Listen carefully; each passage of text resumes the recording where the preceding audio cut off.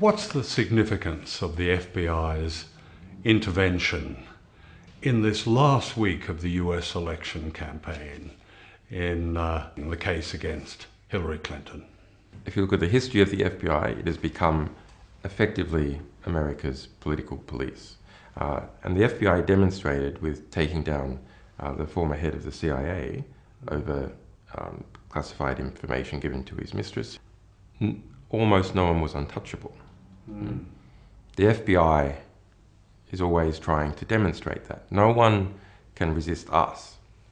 But Hillary Clinton very conspicuously resisted the FBI's investigation.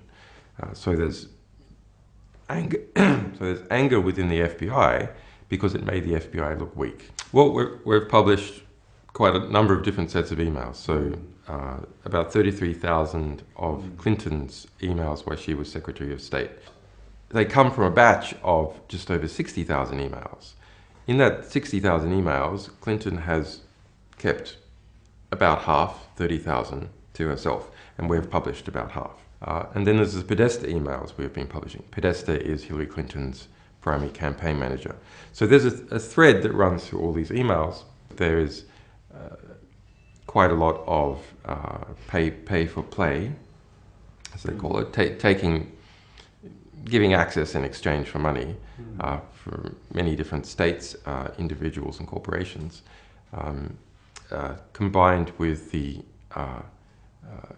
cover-up of the Hillary Clinton emails while she was Secretary of State, has led to an environment where the pressure on the FBI increases. I mean, the Clinton campaign has said that Russia is behind all of this. It says that Russia has manipulated the campaign and is the source for Wikileaks and its emails. The Clinton camp has been able to project a kind of neo-McCarthyist hysteria that Russia is responsible for everything. Hillary Clinton stated multiple times, falsely, that 17 US intelligence agencies had assessed that Russia was the source of our publications. Okay. That's false. We can say that the Russian government is not the source, yes. Wikileaks has been publishing for 10 years. In that 10 years, we've published 10 million documents, several thousand individual publications, several thousand different sources. And we have never got it wrong. All the emails that give evidence of access for money and how Hillary Clinton herself benefited from this and how she is benefiting politically are quite extraordinary. I'm thinking of where the Qatari representative was given 5 minutes with Bill Clinton for $1 million check, and many other examples. Can you 12 million from Morocco. 12 million from Morocco. For Hillary Clinton to attend. In terms of the foreign policy of the United States, that's where, for me anyway, where the emails are most revealing, where they show the direct connection between Hillary Clinton and the foundation of jihadism of ISIL in the Middle East. Can you talk something about that? How the emails demonstrate this connection between those who are meant to be fighting the jihadists, ISIL, are actually those who have helped create it. There's an early 2014 email from Hillary Clinton, so not so long after she left Secretary of State, to her campaign manager, John Podesta. That email, it states that ISIS, is funded by Saudi Arabia and Qatar, the governments of Saudi Arabia and Qatar.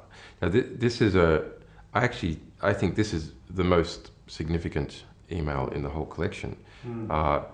And perhaps because Saudi and Qatari money is spread all over the place, including into many media institutions. All serious analysts know, even the US government has mentioned or agreed with, that some Saudi figures have been supporting ISIS, funding ISIS. But the dodge has always been that's it's just some rogue princes using their cut of the oil money to do whatever they like, but actually the government disapproves. But that email says that no, it is the governments of Saudi and the government and Qatar that have been funding ISIS. The Saudis, the Qataris, the Moroccans, the Bahrainis, particularly the Saudis and the Qataris, are giving all this money to the Clinton Foundation, while Hillary Clinton is Secretary of State, and the State Department is approving massive arms sales, particularly to Saudi Arabia. Under Hillary Clinton, and our Clinton emails reveal significant discussion about it, the largest ever arms deal in the world was made with Saudi Arabia, more than $80 billion. In fact, during her tenure as Secretary of State, total arms exports from the United States in terms of their dollar value doubled. And of course, the consequence of that is that this notorious terrorist jihadist group called ISIL or ISIS is created largely with money from the very people who are giving money to the Clinton Foundation. Yes. That's extraordinary. Look, Hillary Clinton's just a person. I actually feel quite sorry for Hillary Clinton as a person, because I see someone who is eaten alive by their ambitions, tormented, literally to the point where they become sick. You know, they faint as a result of going on with their ambitions. But she represents a whole network of people, and a network of relationships also with particular states. The question is, how does Hillary Clinton fit in this broader network? Well, she's a centralizing cog, so that you've got a lot of different gears in operation, from the big banks like Goldman Sachs and major elements of Wall Street and intelligence and people in the State Department and the Saudis and so on. She's the, if you like, the centralizer that interconnects all these different cogs. She's a smooth central representation of all that. And all that is more or less what is in power now in the United States. It's what we call the establishment, or the DC consensus, and its influences. In fact, one of the more significant Podesta emails that we released was about how the Obama cabinet was formed. And half of the Obama cabinet was basically nominated by a representative from Citibank. Well, this is quite amazing. Didn't Citibank supply a list which turned out to be mostly the Obama cabinet? Yes. So Wall Street decides the cabinet of the President of the United States. But if you were following the Obama campaign back then closely, you could see it had become very close to banking interests. It wasn't so close to oil interests, but it was very close to banking interests. Yeah. So I think you can't properly understand Hillary Clinton's foreign policy without understanding Saudi Arabia. The connections with Saudi Arabia are so intimate. Why was she so demonstrably enthusiastic about the destruction of Libya? Can you talk a little about just what the emails have told you about what happened there, because Libya is such a source for so much of the mayhem now in Syria, the ISIL, jihadism, and so on. And it was almost Hillary Clinton's invasion. What do the emails tell us about that? Libya, more than anyone else's war, was Hillary Clinton's war. Barack Obama initially opposed it. Who was the person who was championing it? Hillary Clinton. That's documented throughout her emails. She put her favoured agent, in effect, Sidney Blumenthal, onto that. There's more than 1,700 emails out of the 33,000 Hillary Clinton emails we published just about Libya.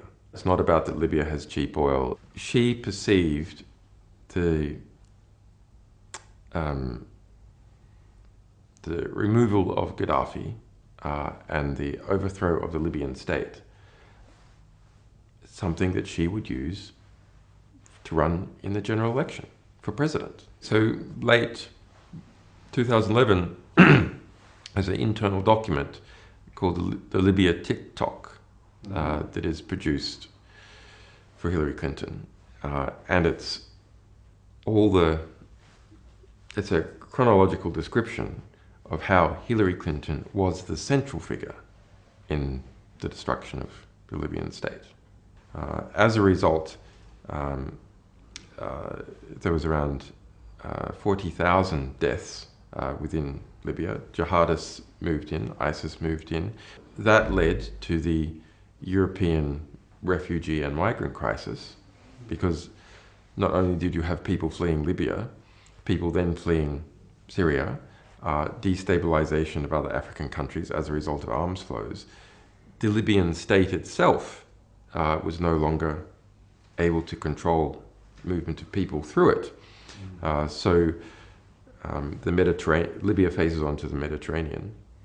And so it had been effectively the cork in the bottle of Africa. So all problems, economic problems, civil war in Africa, previously people fleeing those problems didn't end up in Europe because Libya policed the Mediterranean. And that was said explicitly at the time, back in early 2011 by Gaddafi. What do these Europeans think that they're doing, trying to bomb and destroy the Libyan state? There's going to be floods of migrants out of Africa and jihadists into Europe, and that is exactly what happened. You get a lot of complaints from people saying, what is Wikileaks doing? Are they trying to put Trump in the White House? My analysis is that Trump would not be permitted to win. Why do I say that? Because he's had every establishment offside.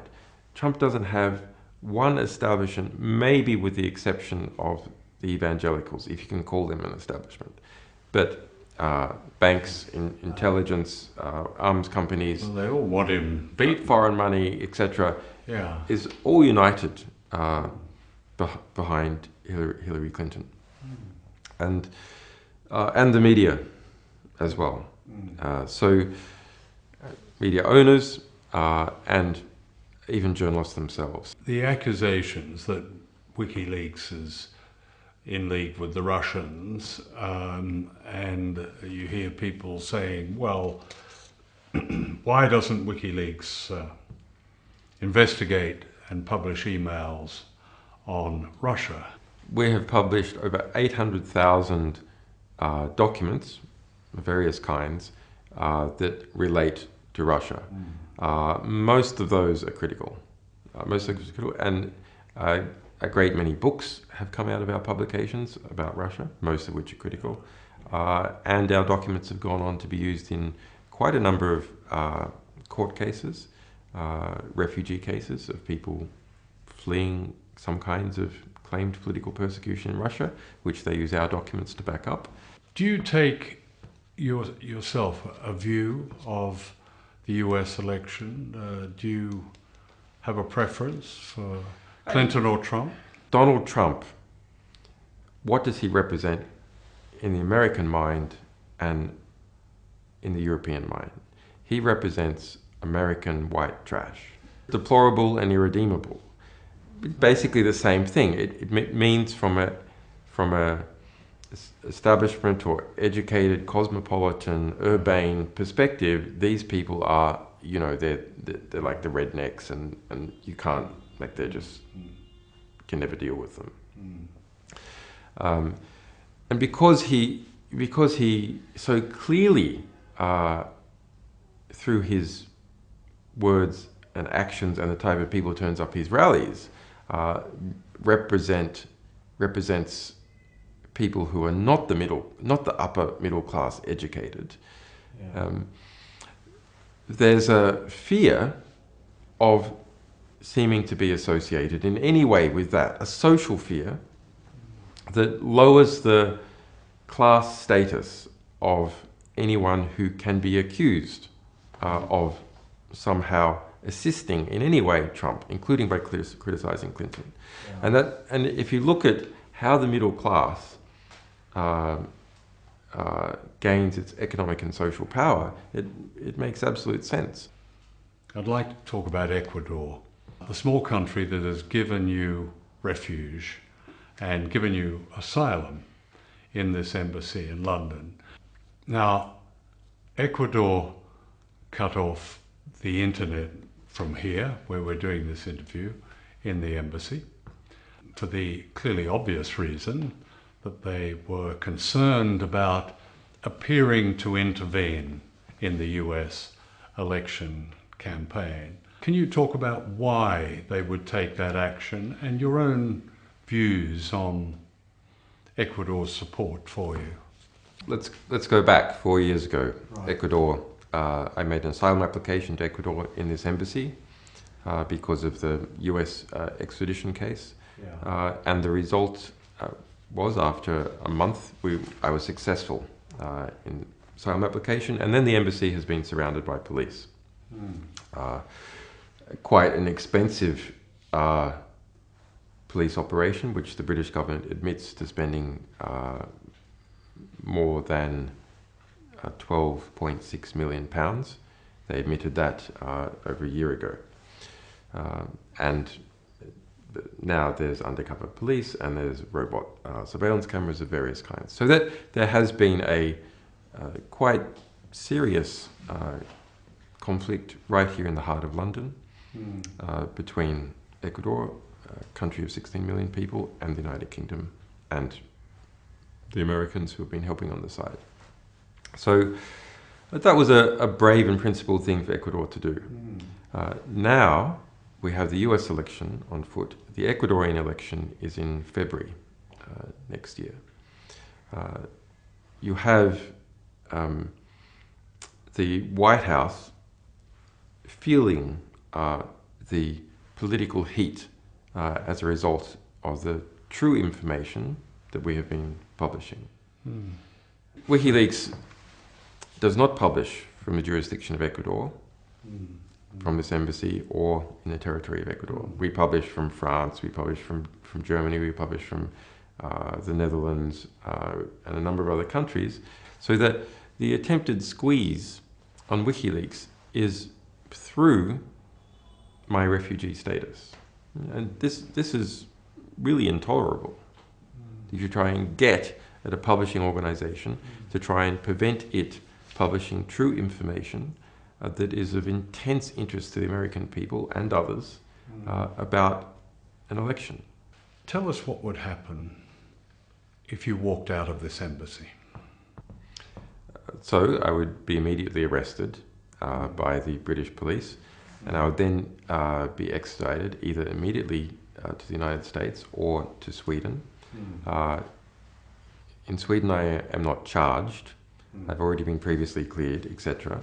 Yeah. So we're not certain exactly what would happen there, but then we know that the Swedish government has refused to say that they will not extradite me to the United States, and they have extradited 100% of people that the US has requested since at least 2000. So over the last 15 years, every single person the US has tried to extradite from Sweden has been extradited, and they refuse to provide a guarantee. So it's, yeah. I mean, people often ask how you cope with the isolation here. Look, one of the best attributes of human beings is that they are adaptable. One of the worst attributes of human beings is they are adaptable. They adapt and start to tolerate abuses. They adapt to being involved themselves in abuses. They adapt to adversity and continue on. So in my situation, frankly, I'm a bit institutionalized. This is the world. Yeah. Visually, this is the world. It's the world without sunlight, for one thing, isn't it? It's a world without sunlight, but I haven't seen sunlight in so long. Like, I don't remember it. So, yeah, you adapt. The one real irritant is that my young children, they also adapt. They adapt to being without their father. That's a hard adaptation, which they didn't ask for. Do you worry about them? Yeah, I worry about them, I worry about their mother. Yeah. Some people would say, well, why don't you end it and simply walk out the door and allow yourself to be extradited to Sweden? The UN has looked into this whole situation. They spent 18 months in formal adversarial litigation, me at the UN versus Sweden and the UK. Who's right? The UN made a conclusion. I'm being arbitrarily detained, illegally deprived of my freedom, that what has been occurred has not occurred within the laws that the United Kingdom and Sweden must obey. It is an illegal abuse. The United Nations formally asking, what's going on here? What's your legal explanation for this? He says that you should recognize his asylum. Sweden formally writing back to the United Nations says, no, we're not going to. So leaving open their ability to extradite. I just find it absolutely amazing that the narrative about this situation is not put out publicly in the press. Because it doesn't suit the Western establishment narrative that, yes, the West has political prisoners. It's a reality. It's not just me. There's a bunch of other people as well. The West has political prisoners. No state accepts to call the people it is imprisoning or detaining for political reasons political prisoners. They don't call them political prisoners in China. They don't call them political prisoners in Azerbaijan. And they don't call them political prisoners in the United States, the UK or Sweden. It's absolutely intolerable to have that kind of self-perception. But here we have a case, talking about the Swedish case, where I have never been charged with a crime, where I have already been cleared and found to be innocent, where the woman herself said that the police made it up, where the United Nations formally said the whole thing is illegal, where the state of Ecuador also investigated and found that I should be given asylum. Those are the facts. But what is the rhetoric? Different. The rhetoric is pretending, constantly pretending that I have been charged with a crime, never mentioning that I have been already previously cleared, never mentioning that the woman herself says that the police made it up, trying to avoid that the UN formally found that the whole thing is illegal, never even mentioning that Ecuador made a formal assessment through its formal processes and found that, yes, I am subject to persecution by the United States.